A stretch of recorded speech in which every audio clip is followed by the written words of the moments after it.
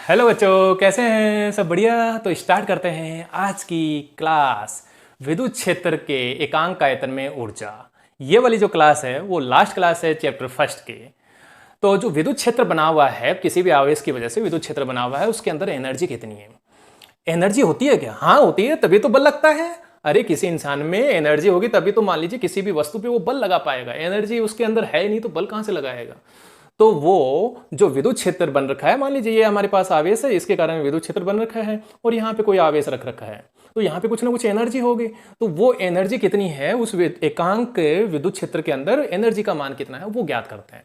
अब ये ज्ञात करने के लिए अपन क्या करते हैं, या तो हम किसी चालक गोला जो पहले से आवेशित है उसको और अधिक आवेश देते हैं।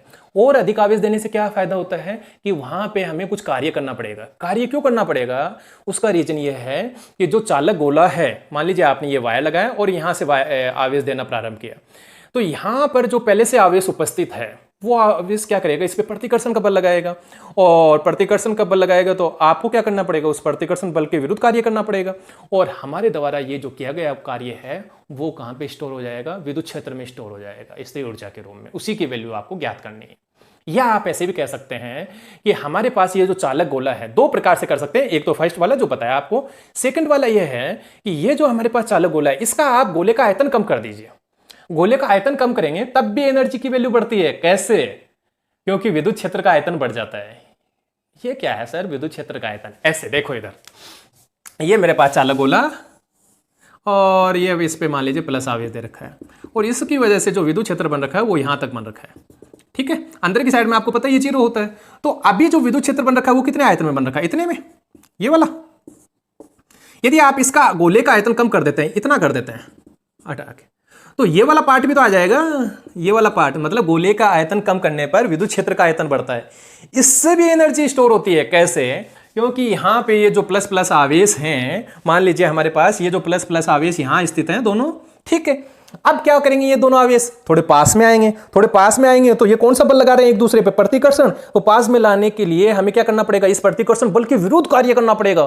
तो ये जो विरुद्ध कार्य करते हैं ये तो स्थिर ऊर्जा के रूप में स्टोर होता है। ठीक है, तो यहां पे जब आप गोले का आयतन कम करते हैं तब भी स्थिर ऊर्जा के रूप में जो हमारा कार्य है वो स्टोर होता है, या आप इसको आवेश देते हैं तब भी एनर्जी, वहां पे जो किया गया कार्य है वो एनर्जी के रूप में स्टोर होता है। तो आप दोनों में से कोई भी मेथड से इस गोले का जो एनर्जी है वो ज्ञात कर लीजिए, मतलब जो आवेशित गोला है उसकी वजह से। ठीक है, तो मैं मान लेता हूं, क्या करता हूं कि एक स्मॉल r त्रिज्या का आवेशित चालक गोला लेता हूं।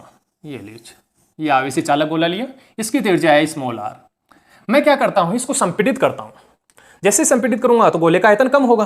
गोले का आयतन कम होगा तो मैं मान लेता हूं गोले का आयतन ये हो गया। गोले का आयतन ये हुआ तो संपीड़ित कितना पार्ट हुआ? ये वाला पार्ट। ठीक है, तो यहां तक कि इसकी त्रिज्या कितनी है? मैं मान लेता हूं कि ये वाला जो भाग की जो घटाया मैंने, इसकी त्रिज्या कितनी है? dr है। तो ये कितना हो जाएगा? r minus D R. ठीक है, ओके। तो यहां पे अपन दाब की वैल्यू ज्ञात करते हैं कि यहां पे जो ये जो हमारे पास चालक गोला दे रखा है, इस चालक गोले पर लगने वाला जो दाब है वो कितना है, वो अपन लास्ट क्लास के अंदर निकाल चुके हैं। चालक गोले पे दाब कितना लगता है? P is equal to sigma square upon 2 epsilon nought, equation number first. ये दाब लगता है। किसी भी चालक गोले पर जो दाब की वैल्यू आती है, विद्युत दाब आता है, वो आता है sigma square upon 2 epsilon not. अब हमें क्या ज्ञात करना है? बल की वैल्यू ज्ञात करनी है। तो फॉर्मूला होता है, दाब का फॉर्मूला होता है P is equal to F upon A होता है। ठीक है, यहां से आप बल की वैल्यू ज्ञात कर लीजिए क्योंकि दाब है आपके पास। तो F इज इक्वल टू कितना हो जाएगा? P इंटू ए। ठीक है, इक्वेशन नंबर 2। ए कौन है? ए है यहाँ का ये क्षेत्रफल, ये जो गोला है इसका क्षेत्रफल। तो उसकी वैल्यू तो कितनी हो जाएगी? 4 पाई आर स्क्वायर हो जाएगी। तो ए की वैल्यू तो हो जाएगी भैया 4 पाई आर स्क्वायर। पी की वैल्यू ये दे रखी है, दोनों पुट कीजिए। तो sigma square upon 2 epsilon nought into 4 pi R square, ये आ गई हमारे पास वैल्यू। बल की वैल्यू आ गई है। तो साथ में आपके पास विस्थापन भी तो दे रखा है। कितना विस्थापित किया आपने इसको? इतना विस्थापित किया, dr विस्थापन किया। तो कार्य का मान ज्ञात कर सकते हैं। कार्य का फॉर्मूला क्या होता है? बल इंटू विस्थापन। बल की वैल्यू दे रखी है, विस्थापन है। येलो गुरुजी मैं निकाल के दिखाता हूं, dAW is equal to F into dr। तो f की वैल्यू पुट कीजिए, sigma square 2 epsilon nought 4 pi R square dr। ये लीजिए, ये आ गया हमारे पास, किए गए कार्य का मान आ गया। ठीक है, आप यहाँ पे थोड़ा सा कन्वर्ट कर सकते हैं, ये वाली जो वैल्यू है उसको चेंज कर सकते हैं। कैसे? ये 4πr² इंटू डी आर, ये आयतन है। आयतन का फॉर्मूला क्या होता है? लंबाई इंटू चौड़ाई इंटू ऊंचाई। ठीक है, यही तो होता है। या आप ऐसे भी तो बोल सकते हैं, लंबाई इंटू चौड़ाई को क्षेत्रफल बोल दें और ऊंचाई को विस्थापन या जो कुछ भी लेना हो वैसे ले सकते हैं। तो आप आयतन, ये वाले आयतन की बात कर रहे हैं, इतना आयतन, तो ये कितना हो जाएगा? D V is equal to, ये हो जाएगा 4πr² इंटू डी आर। इसका आयतन कितना हो जाएगा? dv is equal to 4πr²। Area मैंने ये लिख दिया और साथ में मैंने एक लंबाई से और मल्टीप्लाई कर दिया। मैं लंबाई को अपन 3 बार मल्टीप्लाई कर देते हैं तो क्या आ जाता है? आयतन आ जाता है। ठीक है, ओके, ठीक है। अब यहाँ पे देखिए dw इज इक्वल टू, यहाँ पे क्या रख देंगे? dv, तो dw is equal to σ²/2ε0 dv। ये आ गया। ये जो किया गया कार्य होता है वही तो इससे ऊर्जा के रूप में स्टोर होता है। तो आप यहाँ पे समाकलन करेंगे तो ये W हो जाएगा और σ²/2ε0 dV, और ये जो किया गया कार्य है वही इससे ऊर्जा के रूप में स्टोर होता है। ये लीजिए, तो U इज इक्वल टू आ गया हमारे पास σ²/2ε0 समाकलन dV। ठीक है, ओके। यदि आप इसको आगे और डिस्क्राइब करना चाहते हैं, और एक आपके पास दाब का वो भी फॉर्मूला आया था 1/2ε0 E², वो आया था ना, तो वो भी आप रख सकते हैं। यदि वो रखेंगे तब इस ये दाब का ही तो फॉर्मूला है σ²/2ε0, इसकी जगह रखेंगे तो U इज इक्वल टू कितना हो जाएगा? U इज इक्वल टू हो जाएगा 1/2ε0 E², और ये साथ में क्या आ जाएगा हमारे पास? ये dV। ये बना सकते हैं।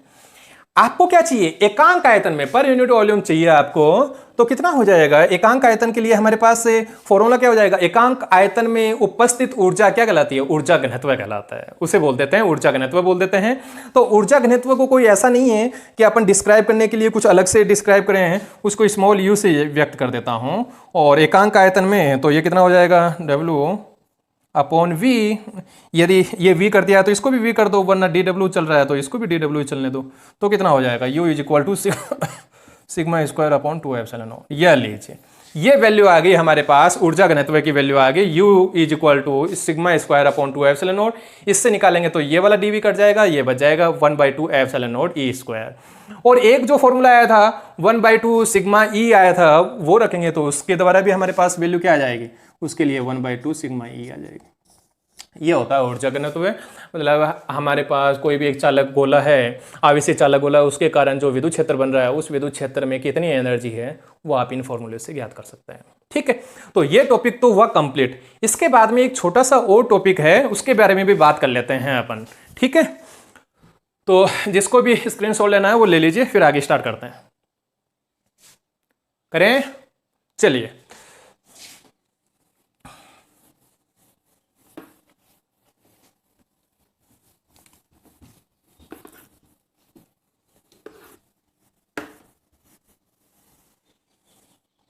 अगला टॉपिक है, हमारे पास कोई आवेशित बुलबुला है। आज लेके आए हैं बुलबुला।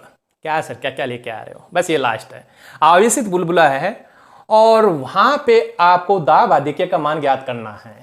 इसलिए क्योंकि जो बुलबुला होता है वहां पे कुछ ना कुछ दाब आधिक्य होता है। जब अपन अनावेशित की बात करते हैं तो वहां पे जो दाब आधिक्य की वैल्यू होती है वो कितनी होती है? जो अंदर का दाब होता है, अंदर की जो वायु की वजह से जो दाब होता है, जो बाहर के वायुमंडलीय दाब से अधिक होता है। कितना अधिक होता है वो अपन 11th क्लास के अंदर निकाल चुके हैं। 4T/R आता है, वो अपने R है, वो बुलबुले की त्रिज्या है। जैसे मान लीजिए हमारे पास एक अनावेशित है, एक अनावेशित बुलबुला है, ये लीजिए,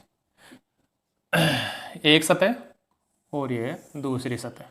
बुलबुला कैसा होता है? यहाँ पे कुछ पानी होता है, अंदर फिर वायु होती है, ये वाला वायु, और बाहर यहाँ वायुमंडल। तो इस वायु की वजह से यहाँ पे कुछ दाब लगता है, ये अंदर की वायु की वजह से दाब लगता है इस पे, इसको बोल देते हैं Pin। और बाहर की वजह से उसकी डायरेक्शन क्या होगी? वायुमंडलीय दाब लगता है, उसकी डायरेक्शन ये होती है Pout। यदि बाहर का वायुमंडलीय दाब अधिक हो जाता है तो बुलबुला फूट जाता है। ठीक है, ओके। ये अनावेशित की बात है। आवेशित कैसा होगा? आवेशित के अंदर एक दाब और लगेगा। कौन सा? जो विद्युत आवेशों की वजह से दाब लगता है, विद्युत दाब, वो भी लगेगा। तो वो भी दर्शा देता हूं। जैसे मान लीजिए अगला है आवेशित, ये यहां पे वाटर है ही, और ये वायु की वजह से अंदर की वजह से पी इन लग रहा है, ये लीजिए, और बाहर जो वायुमंडलीय दाब है उसकी वजह से ये वाला पी आउट। आवेशित है तो विद्युत दाब लगना चाहिए। विद्युत दाब की डायरेक्शन क्या होती है? जो चालक की जो सतह होती है उसके लंबवत मतलब ऐसे, जो वायुमंडलीय दाब होगा उसके अपोजिट लगता है, ये पी विद्युत दाब।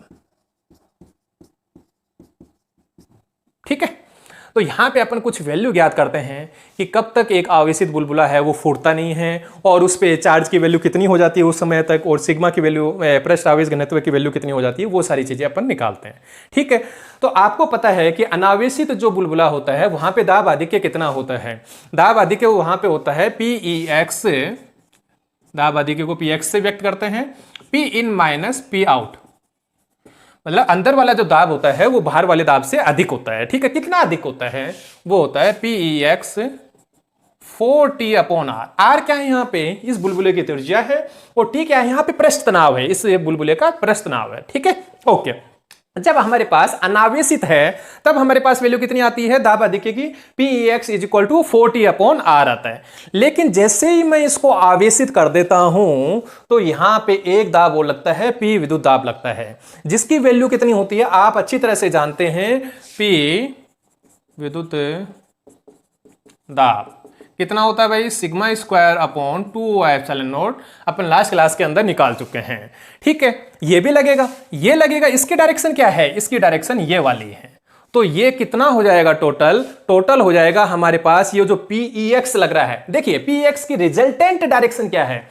PEX की रिजल्टेंट डायरेक्शन है P इन माइनस P आउट हो रहा है, P इन माइनस P आउट, मतलब जो परिणामी मान प्राप्त होगा वो कैसे प्राप्त होगा? बाहर की ओर प्राप्त होगा भैया, ऐसे परिणामी, इन दोनों की वजह से, केवल इन दोनों की वजह से बात कर रहा हूं, इन दोनों की वजह से परिणामी किधर प्राप्त होगा? बाहर की ओर प्राप्त होगा। तो यहां पर ये जो sigma square upon 2 epsilon not आ रखा है वो किस ओर ऐड होना चाहिए? मतलब ये जो परिणामी आ रखा है PEX plus sigma square upon 2 epsilon nought is equal to 4T upon R, ये इक्वेशन बनेगी। ये इक्वेशन क्यों बनी? क्योंकि जो पहले से दाब आधिक्य लग रहा है, दाब आधिक्य की डायरेक्शन क्या है? बाहर की ओर है। ध्यान से देख सकते हैं, अंदर वाला अधिक होता है, बाहर वाला कम होता है, तो जो रिजल्टेंट आएगा वो बाहर की ओर आएगा। बाहर की ओर आएगा तो हमारे पास यहाँ पे जो ये वाला है वो भी तो बाहर की ओर लग रहा है, तो बाहर की ओर दोनों डायरेक्शन एक ही, तो ये ऐड हो जाएंगे। ठीक है, तो PEX की अब दाब आधिक्य कितना होगा? PEX इज इक्वल टू हो जाएगा 4T R minus sigma square upon 2 epsilon not. आवेशित जो बुलबुला होता है उसके लिए जो दाब आधिक्य होता है वो तो इतना होता है, और अनावेशित के लिए इतना होता है। यहां पे आप देख सकते हैं कि ये जो माइनस हो रहा है sigma square upon 2 epsilon not minus हो रहा है यहां पे। ठीक है, ओके। अब क्या कर रहे हैं? दाब आधिक्य का मान बढ़ रहा है या घट रहा है? घट रहा है। ठीक है, क्योंकि बाहर की ओर लग रहा है, दाब आधिक्य की वैल्यू यहां पे और घट गई है। यदि PEX का मान कहीं पे मान लीजिए आप इसको और अधिक आवेशित करते जा रहे हैं, जैसे मान लीजिए सिग्मा की वैल्यू बढ़ाते जा रहे हैं। सिग्मा की वैल्यू बढ़ाने का मतलब पृष्ठ आवेश घनत्व का मान बढ़ाना, और सिग्मा इज इक्वल टू क्या होता है? Q अपॉन A होता है। तो मतलब Q की वैल्यू आप बढ़ाते जा रहे हैं तो सिग्मा की वैल्यू बढ़ती जा रही है। तो सिग्मा की वैल्यू बढ़ेगी तो ये इस मान में से बढ़ा हुआ मान घटेगा, तो एक ऐसा समय आएगा कि ये इसके बराबर हो जाएगा, और वहां पे PEX का मान कितना हो जाएगा? 0। मतलब इसको आप और अधिक आवेशित करते जाते हैं तो वहां पे PEX इज इक्वल टू 0, तो उस कंडीशन पे 4T R is equal to sigma square upon 2 epsilon nought, और ये जो दाब आधिक्य इसकी वजह से क्या हो जाएगा? बुलबुला फूट जाएगा। यदि आपने इससे अधिक और आवेशित कर दिया तो यहीं पे बुलबुला फूट जाएगा। तो बुलबुला जब फूटने लगेगा तो उस समय उसकी त्रिज्या और एप्सिलॉन और इनकी वैल्यू आप निकालना चाहें तो R इज इक्वल टू कितना हो जाएगा? सिग्मा R की वैल्यू निकालना चाहते हैं तो R इज इक्वल टू हो जाएगा हमारे पास 4 ये 2 से इसको मल्टीप्लाई करेंगे तो 8 एप्सिलॉन नॉट T, और ये इधर आ जाएगा सिग्मा स्क्वायर, ये तो R की वैल्यू आ जाएगी, मतलब बुलबुले की त्रिज्या ये होगी। ठीक है, अब इसके बाद में क्या करना है हमें? यदि आप सिग्मा की वैल्यू निकालना चाहते हैं, पृष्ठ आवेश घनत्व की वैल्यू निकालना चाहते हैं कि उस समय पृष्ठ आवेश घनत्व कितना है, तो सिग्मा की वैल्यू भी निकाल लीजिए सिग्मा की वैल्यू निकाल देते हैं। तो सिग्मा इज इक्वल टू कितना होगा? सिग्मा स्क्वायर में है तो रूट में आ जाएगा सारा मामला, 8 एप्सिलॉन नॉट T R, ये लीजिए। अब इस समय जब बुलबुला फूटने वाला है उस समय उस पर आवेश कितना है उसकी वैल्यू आप ज्ञात करना चाहते हैं, तो आवेश के लिए हमारे पास फॉर्मूला होता है, सारा का सारा जो आवेश है यहाँ पे कहाँ पे आएगा? पृष्ठ पे आएगा। तो sigma is equal to formula क्या होता है? Q upon A। तो Q इज इक्वल टू कितना हो जाएगा, सिग्मा इंटू ए, ये होगा formula. Q is equal to sigma into A, sigma की वैल्यू यहाँ रखी, ए की वैल्यू क्या हो जाएगा, इसका एरिया हो जाएगा। तो आप यहाँ पे रख के सारी वैल्यू ज्ञात कर सकते हैं, सिग्मा की वैल्यू भी निकाल सकते हैं, Q का मान भी ज्ञात कर सकते हैं, R का मान भी ज्ञात कर सकते हैं। तो आप यहाँ पे देख सकते हैं 40 upon R is equal to sigma square upon 2 epsilon nought हो जाता है। तो वहाँ पे दाब आधिक्य का मान 0 और बुलबुला है वो फूट जाता है। ठीक है, ओके। तो ये टॉपिक अपना कंप्लीट हुआ। ठीक है, ये दोनों जो छोटे से टॉपिक थे वो कंप्लीट हो गए हैं। मतलब हमारे पास कोई आवेशित बुलबुला है, उसकी संतुलन की अवस्था ज्ञात करनी होती है, तो इस प्रकार से ज्ञात कर लेते हैं। ठीक है, ओके। ये चैप्टर हमारा कंप्लीट हुआ। इसके बाद में हम नेक्स्ट क्लास से अगला चैप्टर स्टार्ट करेंगे, वो होगा विद्युत विभव व धारिता। विभव क्या होता है इसके बारे में आप 10th क्लास में थोड़ा बहुत पढ़ चुके हैं, तो यहाँ पे अपन इसके बारे में डिटेल से पढ़ेंगे काफी सारे लेक्चरों के अंदर। ठीक है, इसी प्रकार से फिर अपन विद्युत धारिता के बारे में पढ़ेंगे। धारिता क्या होती है, धारिता होती है जब भी अपन किसी चालक को आवेश देते जाते हैं तो वह आवेश उसमें स्टोर होने लग जाता है। तो वो आवेश कितना स्टोर कर सकता है, वह चालक कितना स्टोर कर सकता है, उसे बोलते हैं धारिता, उसके बारे में पढ़ेंगे। विभव क्या होता है, विभव होता है किसी पॉइंट की एनर्जी होती है, वो कितनी होती है, कैसे निकालते हैं, क्यों होती है, क्या जरूरत है हमें, वो सारी चीजें अपन अगली क्लास के अंदर बातचीत करेंगे। तो जिन भी बच्चों ने यहाँ तक की क्लासें कंप्लीट नहीं की हैं, पहले वो अच्छी तरह से सारे लेक्चर एक बार देख लें, उसके बाद में आपको अच्छा रहेगा। सेकंड जो चैप्टर है वो पढ़ने में ईजी रहेगा, वरना थोड़ा सा मामला गड़बड़ा सकता है। Okay, tata, bye bye.